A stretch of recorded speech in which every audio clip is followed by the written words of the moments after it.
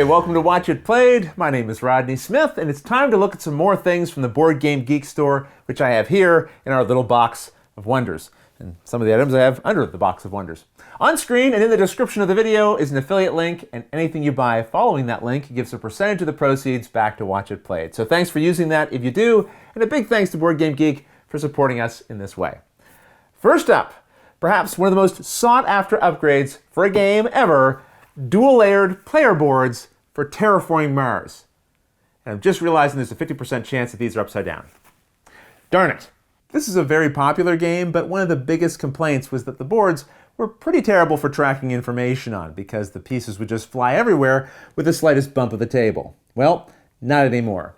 These are a set of 5 official upgraded dual-layer boards, which are the same size as the originals, but much more functional.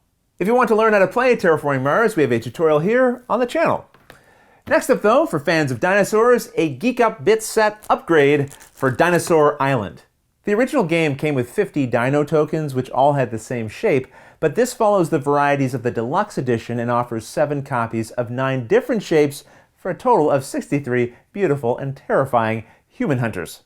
Like all Geek Up Bits, the images are fused on with a heat transfer process, and that makes them durable and scratch resistant.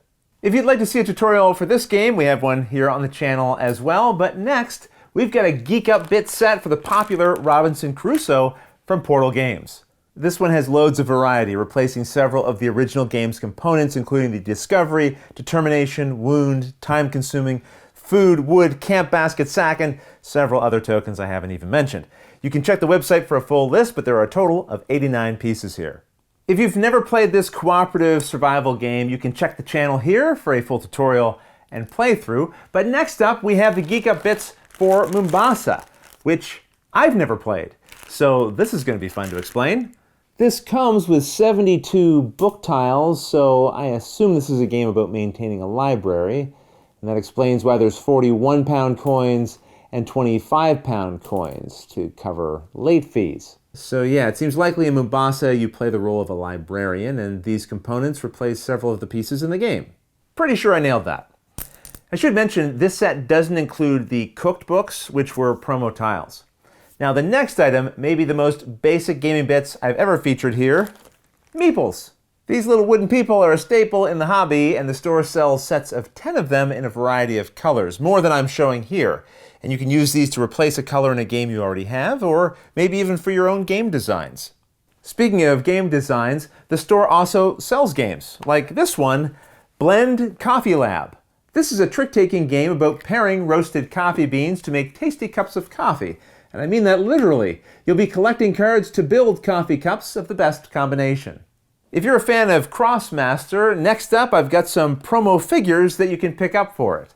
These are sold individually, but here I have Joris and Arthur Bine. Now I believe the Arthur Bine one just recently sold out, so apologies for that, but there are more options on the BGG store than I'm showing here. And yes, each one of these comes fully painted, just like this. Now it's time for some promo cards, and this next one seemed appropriate since I recently posted a tutorial for this game, 7th Continent. These are 5 new cards that you simply add to your trays, providing more variability and outcomes, but I'll avoid showing you the other sides to keep from spoiling anything. Next up, I have what is known as the 13th building tile for Great Western Trail. This is also very easy to add in. You just mix these tiles in with the existing buildings of the same color. And the instructions for their effects are included with the promos when you buy them. Well, here's something quite different. This is a tray and carrying container for your dice from the Geek On company. This part unzips here, and inside they say you can store up to 30 dice, but they lied. Because if you have really tiny dice, you can store a whole lot more. Now the part I really liked about this was the dice tray that's attached at the bottom. Some people I know just can't keep their dice rolls on the table, so I like having something like this to help restrain them. I have to say, it's a pretty high quality production all around. Very cool.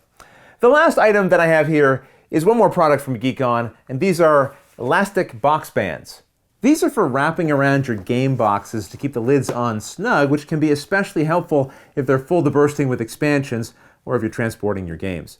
The set comes with 5 8-inch straps and 5 11-inch straps, and each is made of a fabric elastic with a central support at the intersection. I've seen people wrap regular elastics around game boxes, but they can leave a sticky residue over time, so this is a nice option. And that's everything in the box. You can find everything I showed you here and lots of other cool stuff at the BGG Store, which I'll link to in the description below. And if you use that link to visit the site, then again, any purchases you make after that point will help the channel here. So consider using it, and I'll be back in a future video to show you some more selections in detail. But until then, thanks for watching.